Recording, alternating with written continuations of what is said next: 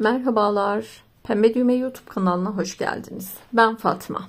Bugün sizlerle görmüş olduğunuz bu şık kız çocuğu hırkasını hazırlayacağız. Hırkamız 4-6 yaş arası kız çocuklarımız için hazırlanmış bir hırka. Hırkamızı ben 3 yumakla hazırladım. Ve çiçeklerimiz için 3 farklı renk kullandım. Hırkamızı örmeye arkadan başladım. Bir ters bir düz lastik ördüm ve daha sonra düz örgüler örerek devam ettim. Koltuk boyuna geldiğim zaman burada eksiltme yapıp kol yeri için işaret koydum ve daha sonra omuza kadar yine düz örgü örmeye devam ettim. Omuza, yani istediğim kol boyuna geldiğim zaman yanlarda hem ön için hem de omuzlar için ilmek bıraktım ve arkada yakayı kestim ve daha sonra yine kol boyuna kadar düz örgüler örmeye devam ettim. Kol boyuna geldiğimiz zaman burada yine ikişer tane artırma yaptım ve artırmalardan sonra önü, arkadaki şu boyu gelene kadar düz örgü örmeye devam ettim ve düz örgülerim bittikten sonra lastiğe dönüp yine bir düz bir ters lastikle önümüzün bitim aşamasını yaptık. Önümüzün bitim aşaması bittikten sonra kenarlardan ilmek dizip buraya bant yapıp birkaç sıra bantı ördükten sonra ilikler açtım ve daha sonra iliğin üstüne yine lastik örgümü örmeye devam edip bu şekilde bant yapımını da bitirmiş oldum. Bant yapımından sonra kollarda işaret koyduğumuz eksiltme ve artırma yerlerinin arasında ilmek dizimi yaptım ve bu şekilde kollarımı ördüm düz örgü olarak ve kolların ucunda yine bir ters bir düz lastik örgü yaptım ve bu arada şu kısımlarda eksiltmeler yaptım. Hırkamızda 12 tane çiçek kullandım 3 farklı renkten ve çiçeklerimizin dikim işlemi ve düğmelerimizden sonra hırkamızı bitirmiş olduk. Hırkamın yapımında ben Nako'nun %25 yün karışımı olan orta kalınlıkta bir ip kullandım ve bu ipliğime uyumlu 6 milim misinalı şiş kullandım. Dilerseniz hırkamızı örmeye başlayalım. İpliğimizi bu şekilde 50-55 santim kadar alıyoruz ve bu şekilde katlıyoruz. Ve yumağımızdan gelen ipliğimizi işaret parmağıma, katladığım ipliğimi baş parmağıma sararak bu şekilde bir görüntü yapıyorum. Ve buradan ilk ilmeğimi alıyorum şişime ve baş parmağımın arka kısmındaki ipliğimden şişimi geçirerek işaret parmağımdaki ipliği sarıyorum ve ikinci ilmeğimi atıyorum. Bu şekilde şişimize 50 tane ilmek atıyoruz.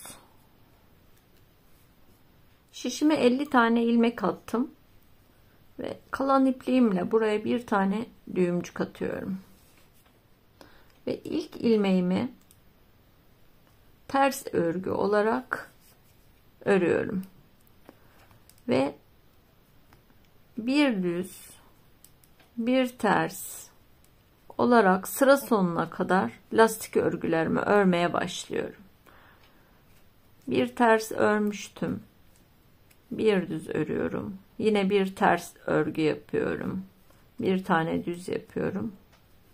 Ve bu şekilde örgüme devam ediyorum. Örgümde lastikte ilk sıramı ördüm ve örgümü çeviriyorum. İlk ilmeğim ters ilmekti. Şişime örmeden takıyorum. İkinci örgüm düz örgüydü. Ters örgü, düz örgü olarak ilmeğimin geldiği gibi ters örgüde ters örgü, düz örgüde düz örgü olarak istediğim lastik boyutuna gelinceye kadar lastiğimi örmeye devam ediyorum. Örgümü bir ters bir düz istediğim lastik boyutuna kadar ördüm. Örgüm sıra olarak terslerinden sayarak 1, 2, 3, 4, 5, 6, 7, 8, 9 sıra oldu. Bir de ölçmemiz gerekirse 4 santim lastik ördük. Şimdi örgümün doğru yüzünden bu kısım doğru tarafı oluyor. Örgümde bu diş diş olan bölümlerde ters tarafı oluyor örgümün. Doğru yüzünden örgümü düz örgü olarak örmeye başlıyorum.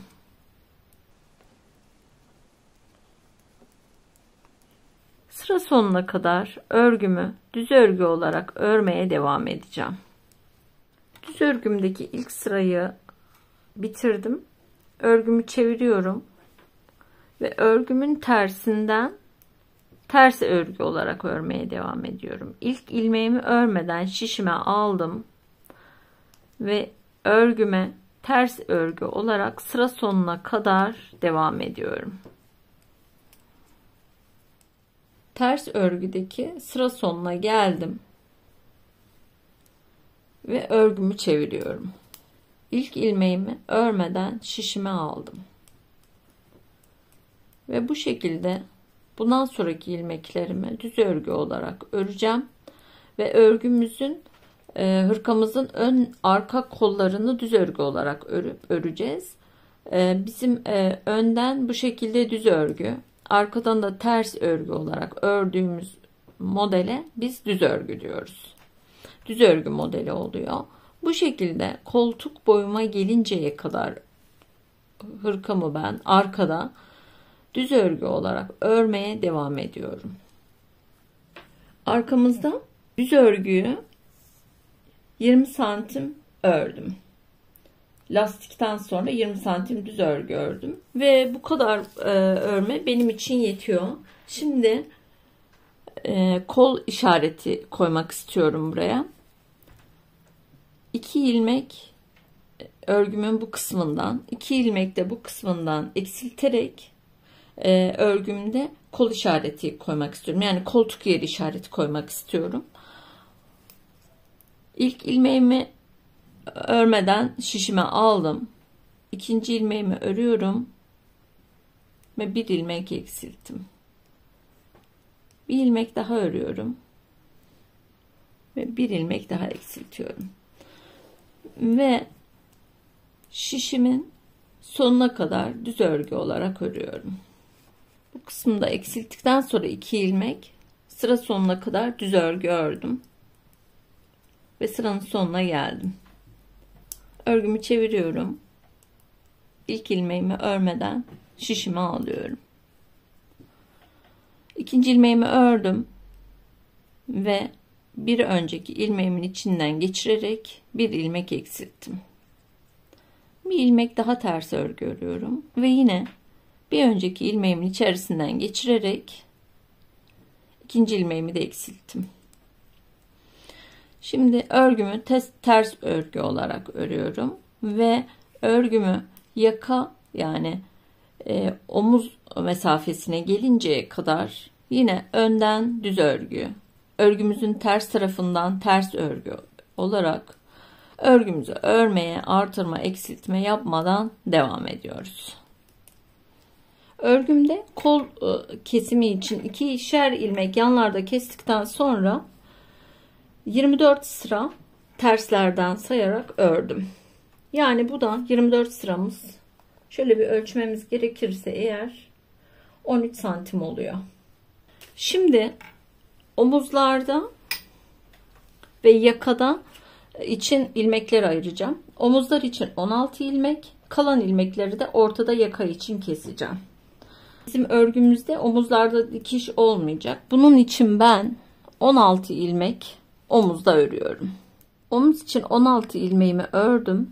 Şimdi ilk ilmekten itibaren 14 ilmek keseceğim burayı. 2 ilmek ördüm ve ördüğüm 2 ilmeği ilk birinci ilmekten ikinci ilmeğimi geçiriyorum. Yine bir ilmek ördüm ve diğer ilmekten geçiriyorum. Bir ilmek örüyorum ve bir önceki ilmekten geçirerek eksiltme işlemimi yapıyorum. Biz bu şekilde 14 tane ilmeğimizi kesmiş olacağız.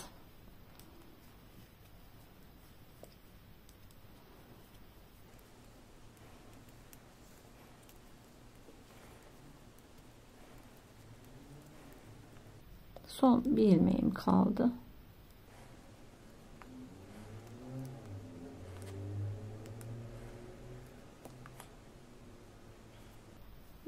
Son kalan ilmeğimi de eksiltiyorum. Omuzlarda 16 ilmek, kalan 14 ilmeği de burada kesmiş oldum. Zaten zeminde 50 ilmekle başlamıştım. İkişer ilmek yanlarda eksilterek 2 bu kenarda 2 bu kenarda 4 ilmeğimi eksiltmiştim. Geriye kalan 46 ilmeğimi de bu şekilde paylaştırdım. Şimdi sıra sonuna kadar düz örgü olarak örgüme devam ediyorum. Sıra sonuna geldim. Örgümü çevirdim ve örgümüzün ters tarafından yine her zaman yaptığımız gibi ilk ilmeği örmeden şişimize aldık ve ters örgü olarak örgümü de örmeye devam ediyorum ve bu şekilde 4 sıra öreceğim. Önden örgümüzün ön tarafından düz örgü, ters tarafından ters örgü olarak çeviriyorum örgümü. Yine ilk ilmeğimi örmeden şişime alıyorum ve düz örgü olarak örgümün doğru yüzünden örmeye devam ediyorum. 4 sıra ördükten sonra örgümüzün katladığımız zaman yan dikiş tarafında değil, ön tarafında artırmalar yapacağız. Örgümü ben arkada yaka kesimini yaptıktan sonra düz örgüler yaptım. 4 sıradaydım ama 2 sırasını şu şekilde yaka oyuntusu, arkada yaka oyuntusu için bırakmak istedim. Ve burada ben 2, 4, 6, 8, 10, 12, 13 sıra düz örgü ördüm. Bunun 2 sırasını şöyle katlıyorum. Arkada yaka oyuntusu birazcık yaptığımız zaman şu şekilde yakamız arkaya daha iyi oturmuş oluyor ve boynumuza yakamız dayanmamış, rahatsız etmemiş oluyor. 2 sıramızı bu şekilde buraya bıraktık ve kalan ilmeklerimiz bu şekilde ön için ayırdık. Şöyle olacak. Şimdi burada bir tane artırma yapmak istiyorum bu şekilde. Yani şöyle yaptım. İpliğimi işaret parmağıma sardım. Çevirdim. Ve şu çevirmiş olduğum ilmeğimi buraya taktım. Bu artırma yerimizde kol tarafımızda değil, yakamızın ön tarafında olması gerekiyor. Lütfen bunu karıştırmayalım. Ve burada düğmeli yapacağımız için biz hırkamızı birazcık böyle V olsun istiyorum. Yani şu yakamızın önümüzün biraz daha böyle buraya kadar 3-5 ilmek, 3 tane 4 tane falan ilmek artırmak istiyorum. 4 ilmek ve burada biraz olsun böyle V gelmesini istiyorum. Onun için bir tane artırma yaptım. Ve alıyorum örgümü. Yine düz örgülerimi örmeye devam ediyorum. Taktım bu artırdığım ilmeği. Her 4 sırada birer tane artırma yapacağım.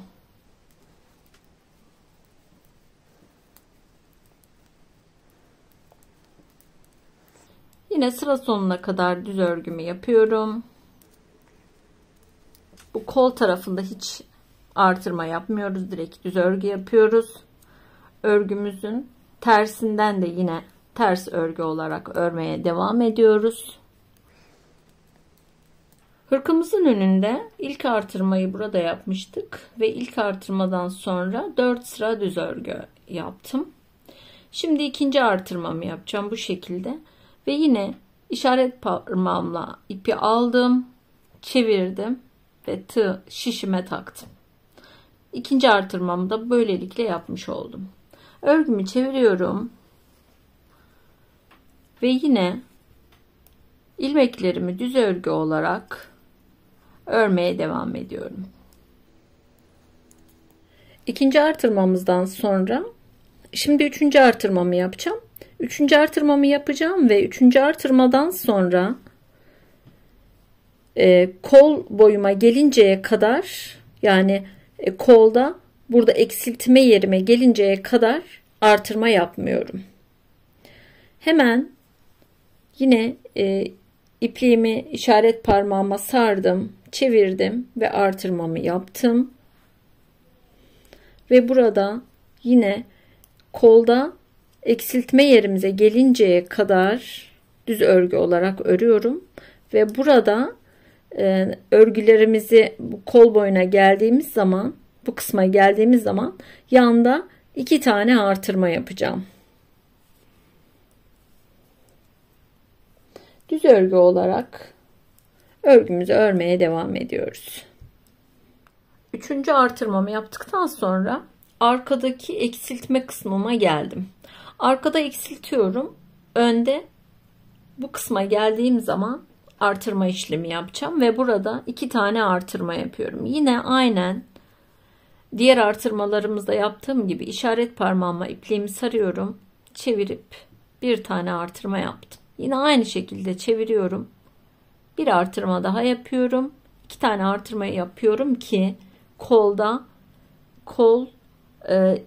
ilmek dizme yerlerim belli olmuş olsun. Yani kol takma yerlerimiz belli oldu. Şimdi bir tane artırmam kaldı benim, 4. artırmam ve o 4. artırmamı da koldan artırma yerinden sonra ön bölümümü yarıya kadar öreceğim ve artırmayı burada yapmak istiyorum. Önü çok kapatmak istemiyorum. Onun için son artırma yerimden itibaren de ilk ilik açma yerim orası olduğu için, yani ilik açma yerimi öndeki buradaki son ilikte düğmemin bir tanesini bu kısma açacağım ve artırmanın da son artırma yeriminde düğme yerimde olmasını istiyorum. Onun için artırmamı yaptım. Düz örgülerime devam ediyorum. 2 artırmamdan sonra yine örgüme ters tarafından ters örgü, doğru yüzünden de düz örgü olarak örmeye devam ediyorum. Bir 8-10 santim ördükten sonra son bir artırma daha yapacağım.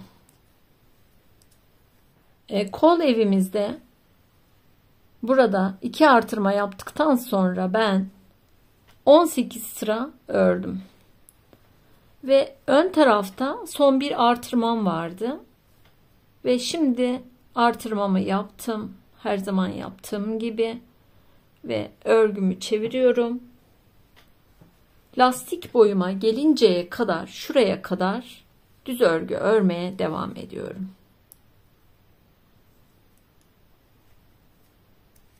Son artırmamızı da yaptık. Ve lastik boyuna kadar örgümüzün doğru tarafından düz örgü, tersinden de ters örgü olarak örmeye devam ediyoruz. Son artırmamızı yaptık ve artırma yerimize bir tane iğne taktık ve iğne taktıktan sonra burada 11 santim düz örgü ördüm. Şimdi düz örgülerimizi bitirdik. Örgümüze bir ters, bir düz olarak ilk ilmeğimi düz örgü olarak kabul ediyorum. Ters ördüm. Bir tane düz örüyorum. Yine ters örgü olarak sıra sonuna kadar örgümüzü örmeye devam ediyoruz. Bir düz örmüştüm. Bir ters örüyorum. Yine bir düz olarak sıra sonuna kadar devam ediyoruz. Örgümü lastik örgüye başladıktan sonra bir ters bir düz istediğim lastik boyutuna getirdim. Benim lastiğim zaten 10 sıraydı.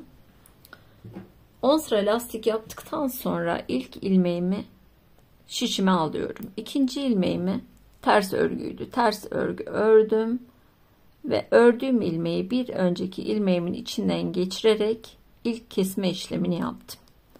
Daha sonraki örgüm düz örgüydü. Düz örgümü yaptım ve yine bir önceki ilmeğimin içinden geçirerek kesme işlemini yapmış oldum.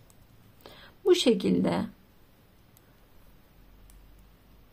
ilmeklerimizi örüp geldiği gibi ters örgü ise ters örgü, düz örgü ise düz örgü bir önceki ilmeğimizin içerisinden geçiriyoruz ve kesim işlemini yapıyoruz.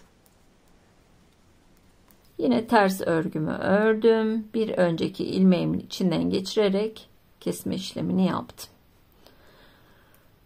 Ve bu şekilde kesme işlemini bitirip yeleğimiz, hırkamızın ön kısmının bir parçasını bitirmiş olacağız.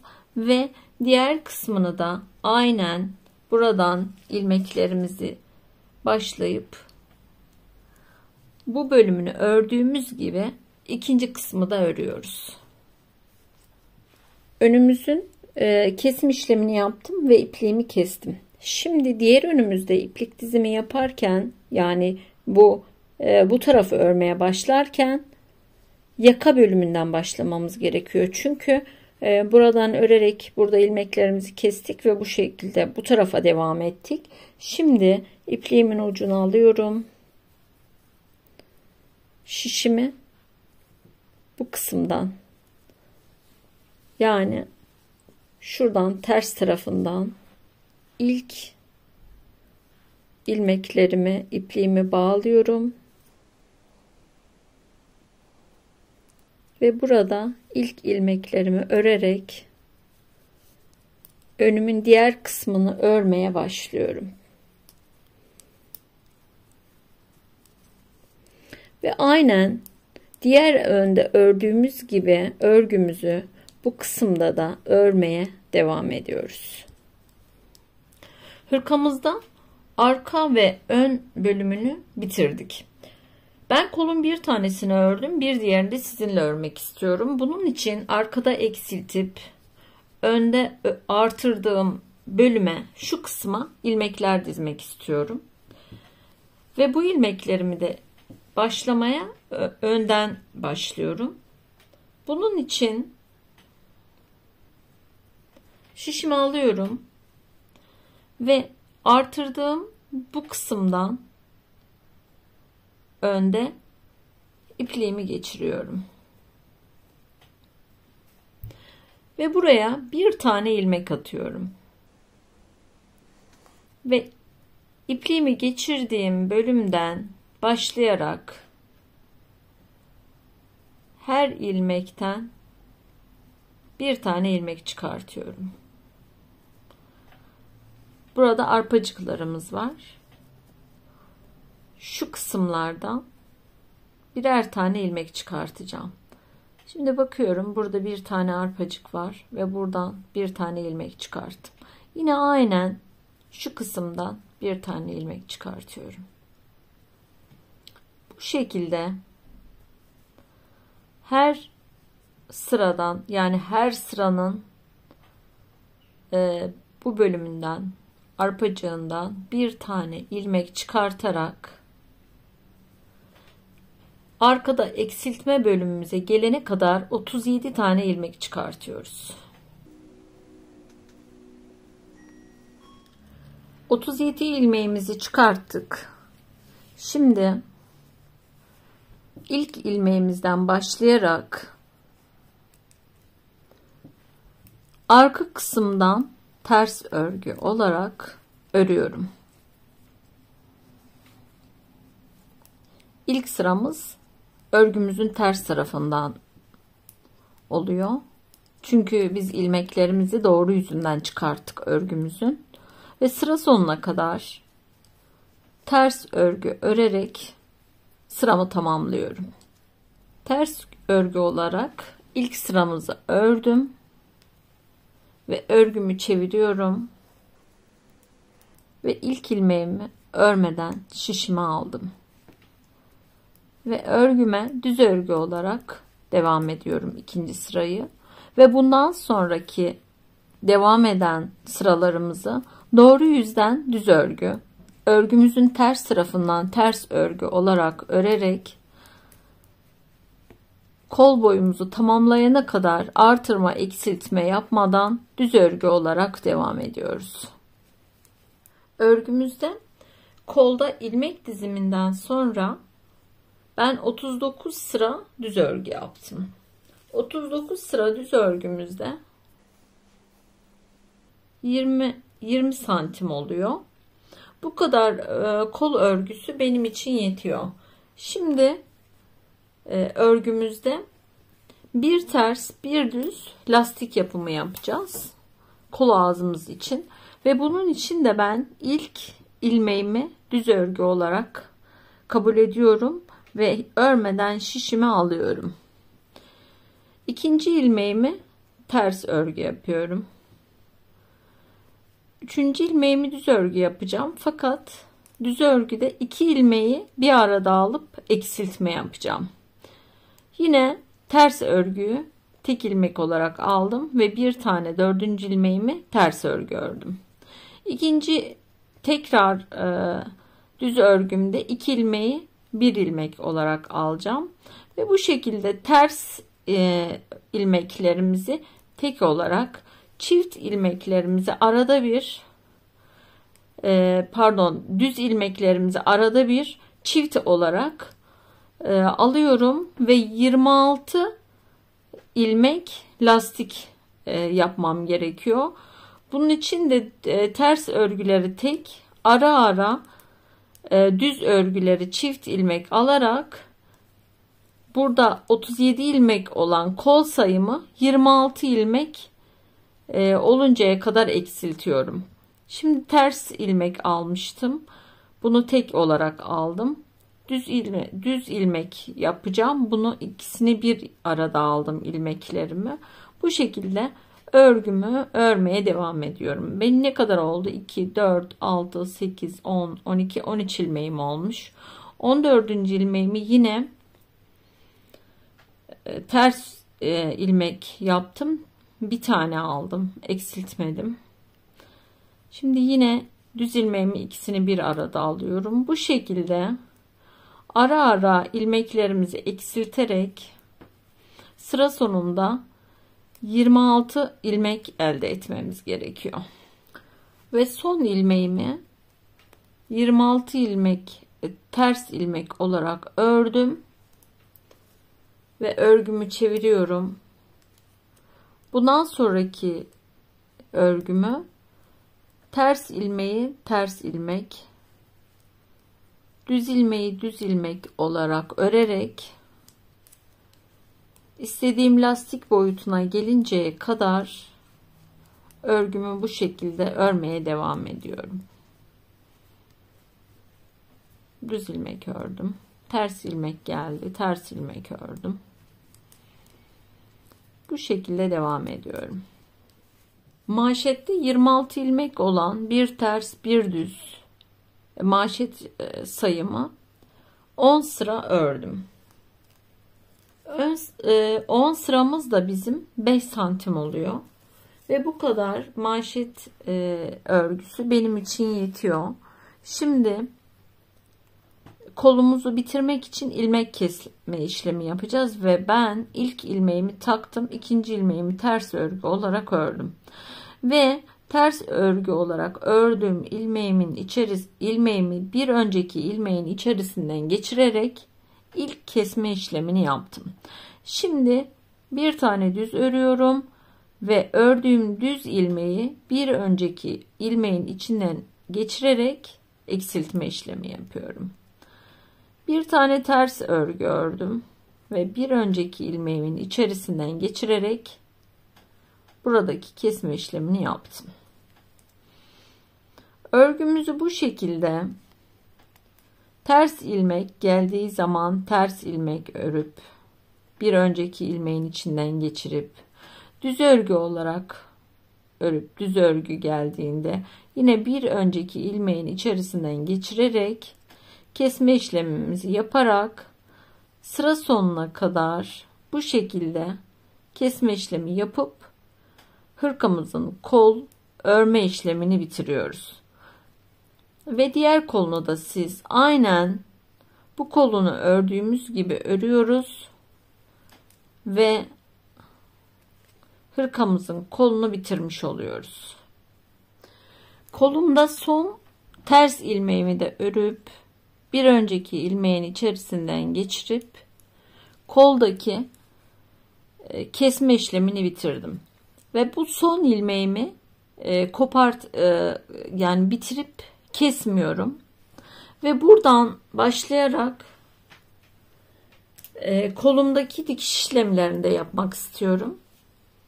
Ve doğru yüzlerini iç tarafa getirerek ters taraflarını bu şekilde birleştiriyorum. Yani doğru yüzler örgümün iç tarafında kalıyor, ters tarafları dışarıda kalıyor. Örgümüzde doğru yüzünü örgümüzün iç tarafına getirdik ve örgümüzü katladık. Örgümüzün tersi dış tarafında ve buradan tığımı geçiriyorum. Benden tarafı olan bölümünden tığımı geçirdim. Burada olan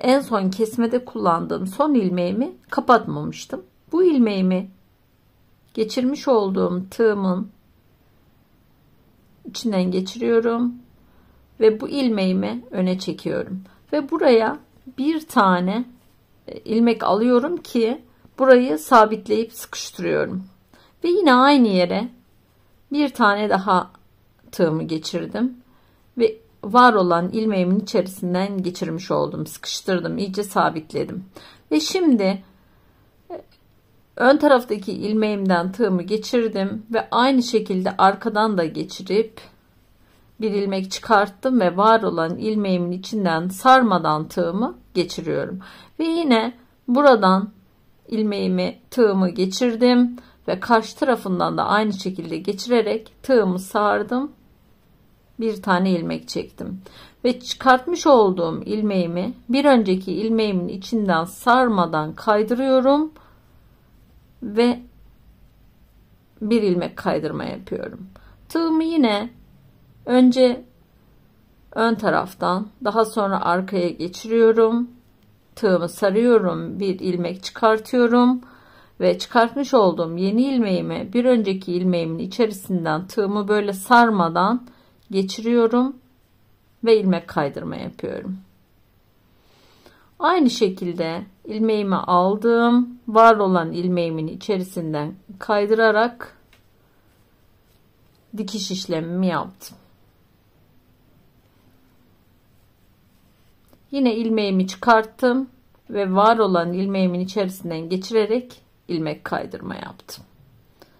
Örgümüzde bu şekilde önce kol bittikten sonra yanlara hiç kopartmadan ipliğimizi yanları aynı teknikle ilmek kaydırarak dikiş işlemimizi yapıyoruz.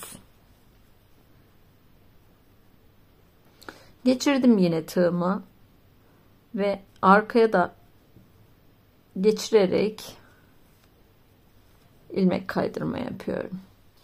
Ve uç tarafta son ilmeğimizi alıyoruz.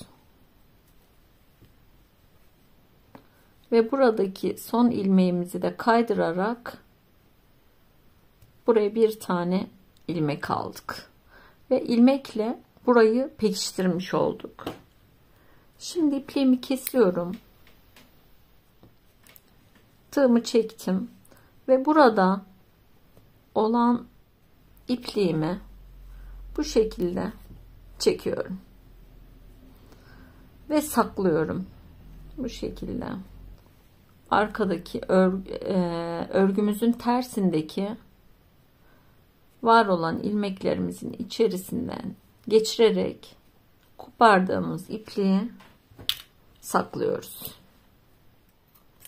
Ve örgümde benim kolların ve bedenin dikme işlemini bitirmiş oldum. Şimdi ön bantlarımız için ilmek çıkartacağız. Örgümün uç kısmından şuradan ilk ilmeğimi alarak başlayacağım.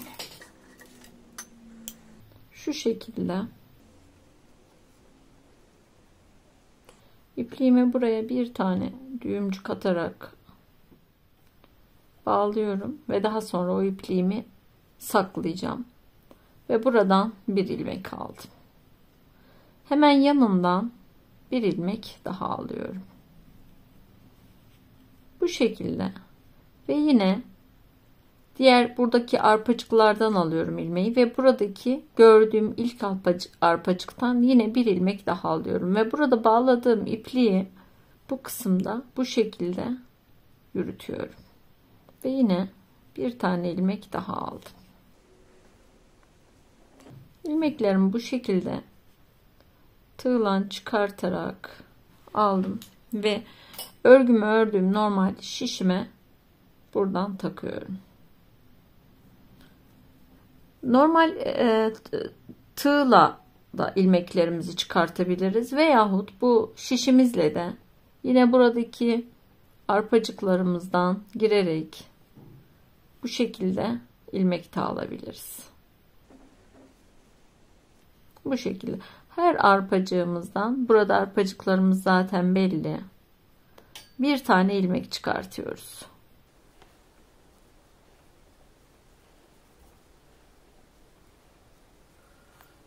İşaret iğnemin olduğu yer en son omuzdan yukarıdan gelirken kısma en son artırma yaptığım yerdi. Buraya ilikler yapacağız ve şimdi yine buradan arpacıklarımızın sırasından ilmeklerimizi almaya devam ediyoruz. Bu şekilde karşı tarafa gelinceye kadar, şu kısma gelinceye kadar ilmek çıkartmaya devam ediyoruz. Ön bantlarımız için 102 tane ilmek çıkart.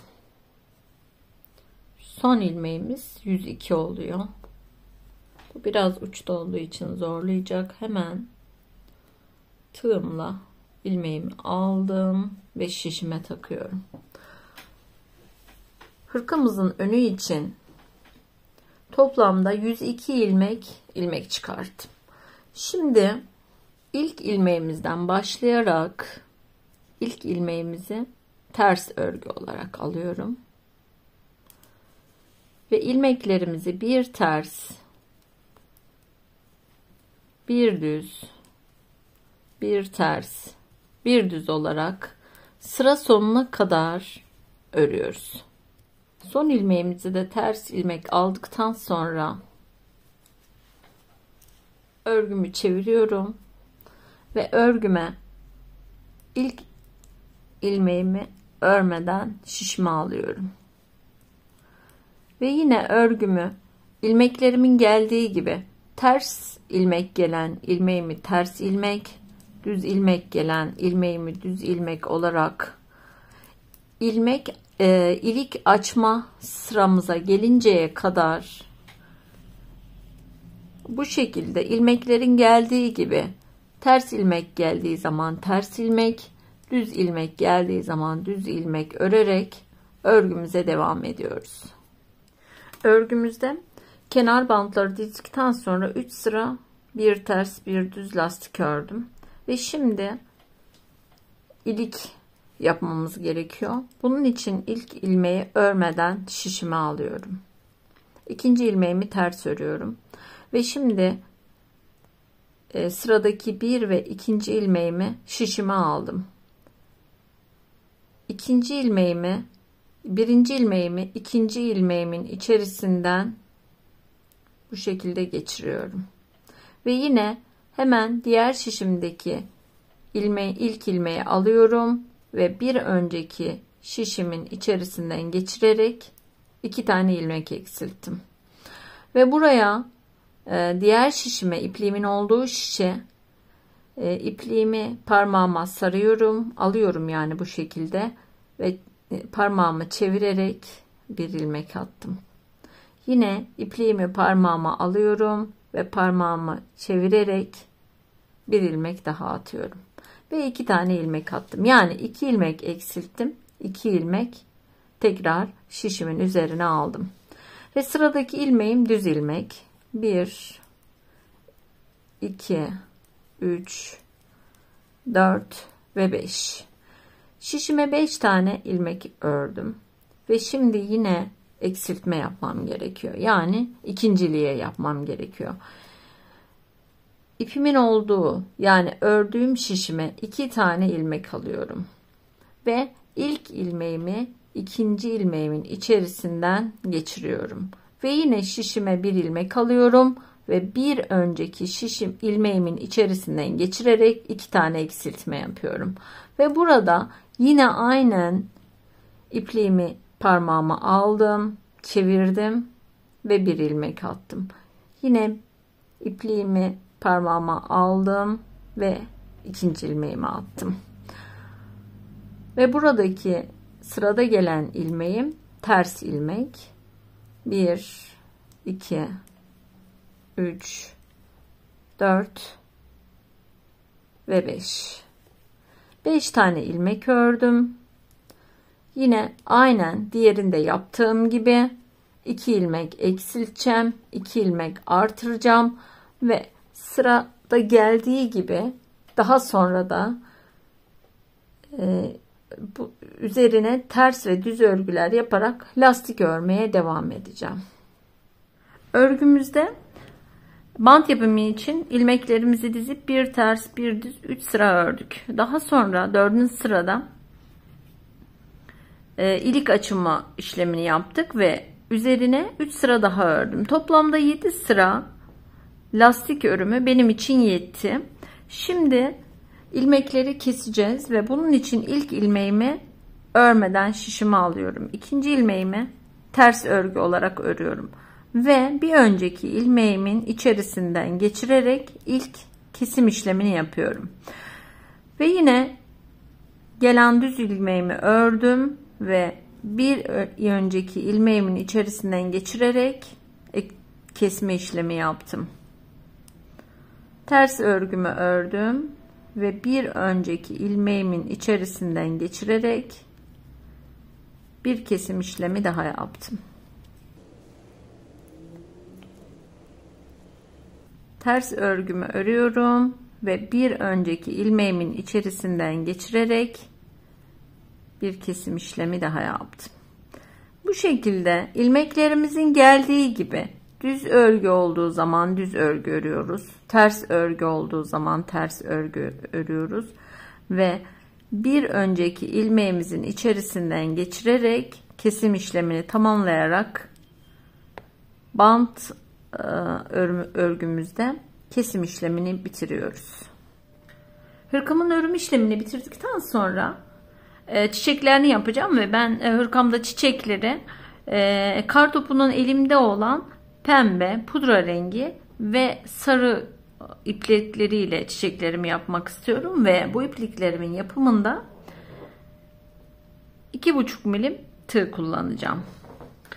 Ve ilk çiçeğimizle başlayalım. İpliğimi parmağıma bu şekilde dolayarak bir sihirli halka yapıyorum.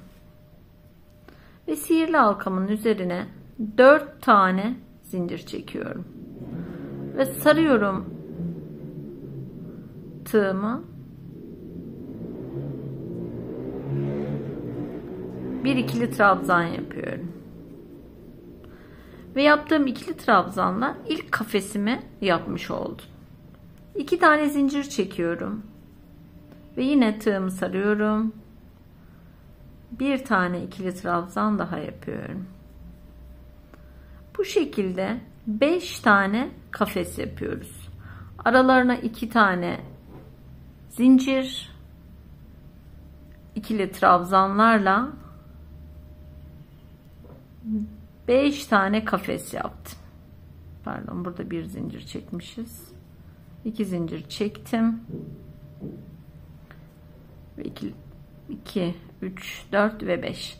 Ve sihirli halkamı çekiyorum.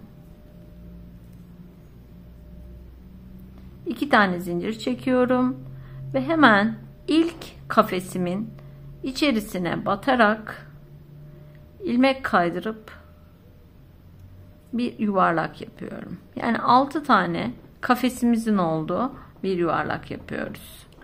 Ve kafesimizin üzerine 6 tane zincir çekiyorum. Kafesimi kapattıktan sonra 3, 4, 5 ve 6.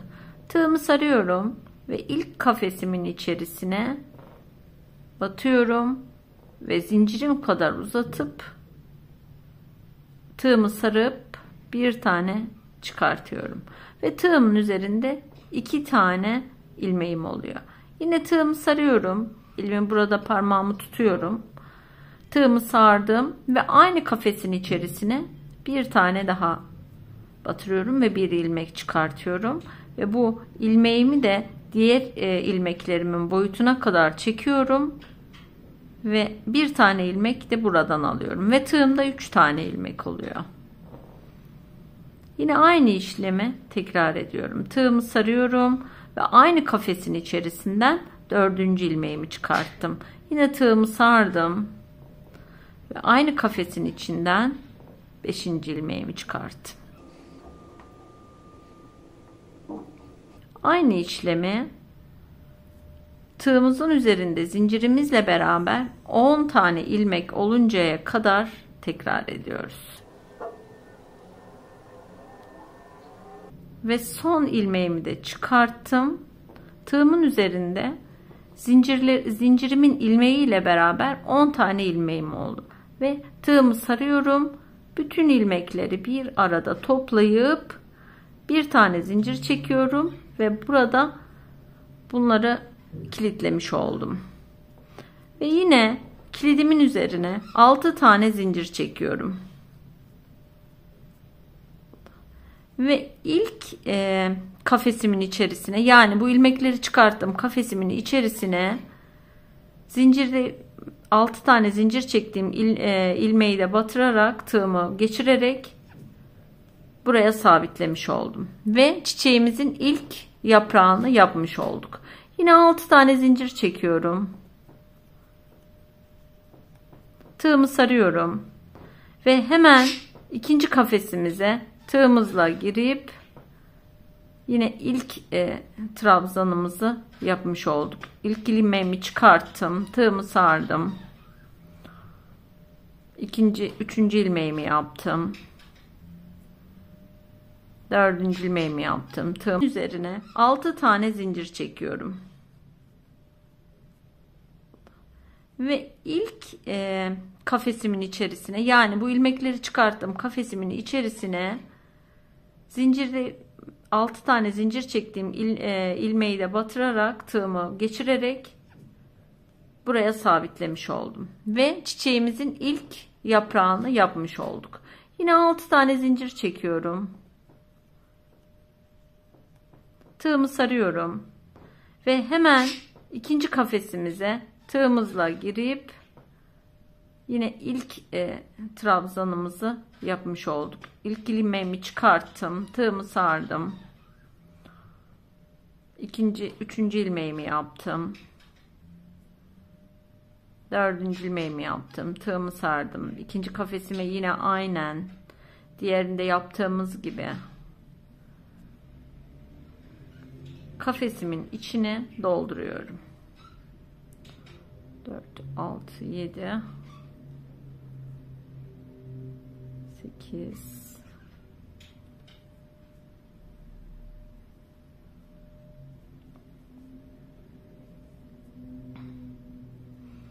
son ilmeğimi de çıkarttım ve bütün ilmeklerimi toplayarak hazırlamış olduğum ilmeklerimi kilitlemiş oldum ve yine 6 tane zincir çekiyorum ve ikinci kafesimin içine, yani ilmekleri aldığım kafesimin içine zincirlerimi sabitliyorum. Bu şekilde diğer geriye kalan 4 kafesimizi de doldurarak örgümüzü yapmaya, çiçeklerimizi örmeye devam ediyoruz. 10. ilmeğimi de aldım ve bütün ilmeklerimi toplayarak burada kilitliyorum, sabitliyorum. Ve yine 6 tane zincir çekiyorum. Ve son kafesimin içerisine tığımla girerek burada sabitliyorum. Ve bu şekilde bitirmiş olduk çiçeğimizi. Şimdi ortasında beyaz olan kısmımızı yapacağız. Çiçeğimizin beyaz olan kısmımızı da hırkamızın ipliğinden yapıyoruz ve hemen tığımla bir ilmek çıkartıyorum. Ve bu çıkartmış olduğum ilmeğin üzerine 6 tane zincir çekiyorum. 5 ve 6. Sarıyorum tığımı ve kilitten sonraki aldığım ilk zincirin içerisine batarak bir tane ilmek çıkarttım. Ve var olan zincir ilmeğimle beraber 2 tane ilmeğim oldu. Tığımı sarıyorum ve yine aynı yere bir tane battım ve bir ilmek daha çıkardım. İlmek sayım 3 oldu. Ve bu şekilde 4. ilmeğimi çıkarttım. 5 ve 6. ilmeğimi çıkarttım. 6 tane ilmek çıkarttıktan sonra zincirimizle beraber 6 tane ilmek çıkarttım. Ve sarıyorum tığımı. Bu 6 ilmeğimi toparlayarak bir zincir çekiyorum ve sabitliyorum. Bir zincir daha çekiyorum ve orta tohum işimiz, yani şu kısmımızı bitirmiş olduk. Ve ipliğimi kesiyorum. Çekiyorum ilmeğimi. Şimdi ortaya monte etmemiz gerekiyor. Ve rastgele bir kafesimize tığımı geçiriyorum. Ve yapmış olduğum beyaz fındığı tohumumun, ortamın yani bir ilmeğini arkaya çektim. Yine hemen karşısından, burada 6 tane kafesimiz vardı. Birinci kafesten geçirdim. 2, 3 ve 4. kafese tekrar tığımı geçirdim. Ve ipliğimi arkaya çektim. Çekmiş olduğum bu ilmeğime, iplerime arkada sıkıca bağlıyorum. Çiçeğimizin yapım işlemini bitirmiş olduk. Bu şekilde istediğiniz renklerde çiçeklerinizi yaparak tamamlayabilirsiniz. Şimdi hırkamızın çiçeklerini hırkamıza yerleştiriyoruz. Bunun için ben çiçeklerimi şu şekilde düz yerleştirmeyi tercih ettim. Bu şekilde yerleştireceğim. Burada sarının yanına mavi koymak istiyorum. Mavinin yanına sarı koymak istiyorum. Ve en sona da pembe koymak istiyorum. Bu şekilde yerleştireceğim. İlk çiçeğime şu kısımdan, çiçeğimin şu alt kanadından, ucundan iğnemi geçirerek dikmeye başlıyorum. Ve burada şuradan, hırkamdan alıyorum ilmeğimi ve çiçeğimin uç kısmına sabitliyorum. Burayı sabitledikten sonra çiçeğimin sadece yukarıdan zincir çekip tekli trabzanlar yapıp daha sonra aşağıya indiğimiz zincir kısmından, yani şu zincirden iğnemi geçiriyorum ve yine altına geçirmeden, yani şuraya geçirmeden bu şekilde üstten bir ilmek alarak tutturma, montaj işini yapıyorum. Ve yine zincirimle iğnemi zincirime geçiriyorum ve hırkamın şu kısmından arkasına geçirmeden yine iğnemle ilmek alıyorum. Yine aynı şekilde burada zincirime iğnemi geçirerek dikiş işlemini yapıyorum. Ve bu uç kısımlarda bu şekilde iğnemle hırkadan ilmek aldım ve aralardan iğnemi geçirerek şu uç kısma geldim. Ve burada, yani örgünün içinden geçiriyorum iğnemi. Arka kısma geçirmiyorum. Arkamızın temiz olmasını istiyorum dikişten sonra. Ve yine uç kısmından iğnemi geçirdim. İlmeklerin arasından iğnemi yine geçiriyorum ve bu uç kısmı sabitliyorum. Dikişimizi yaptık bu uç kısımda ve arka tertemiz. Yine aynı şekilde zincirime iğnemi geçiriyorum ve bu ilmeklerimin arasından iğnemi geçirerek gizli dikişler yapıyorum. Hırkamızda önlerin çiçek yerleştirme işlemini yaptıktan sonra kola çiçek yerleştirme işlemini yapacağız.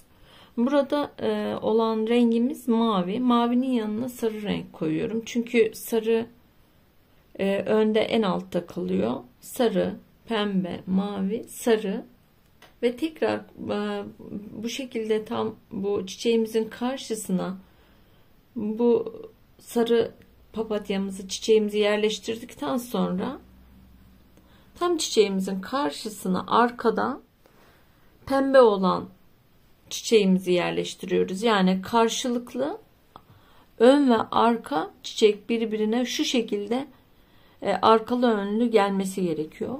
Ve uç kısmına da yine aynen bu mavi olan çiçeğimizi yerleştireceğiz.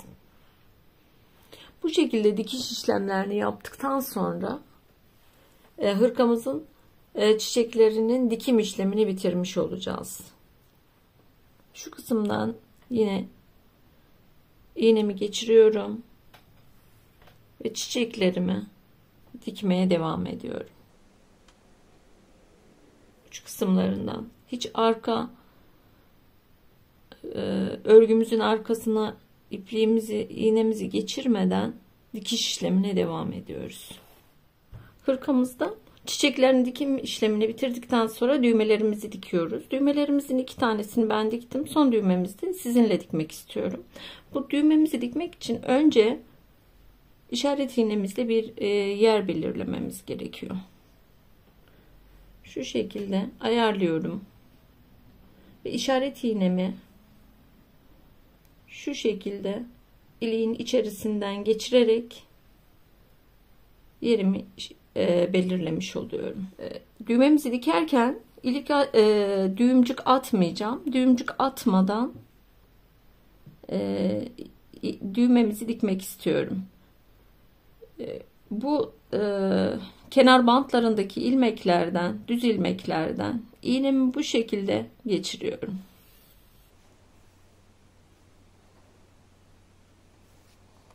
Ve şu kısma düğmemi dikmiş olacağım. Düğmemden iğnemi geçiriyorum ve diğer düğmemin diğer deliğinden iğnemi geçirerek iğnemi arkaya geçiriyorum.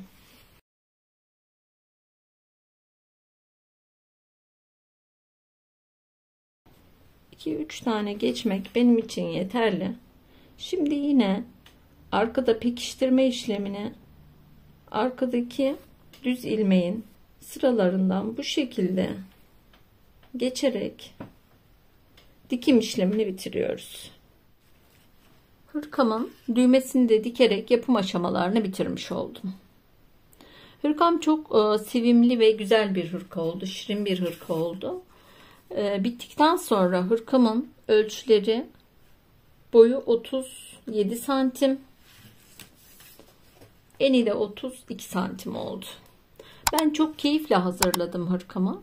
Videomu beğendiyseniz beğen butonuna basmayı unutmayın.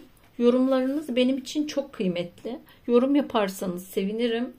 Instagram sayfamdan beni takip etmek isterseniz, diğer çalışmalarımı da görmek isterseniz sayfamın ismi Pofidik Papatyalar sayfası. Bir başka tarif videosunda görüşünceye kadar sağlıkla kalın.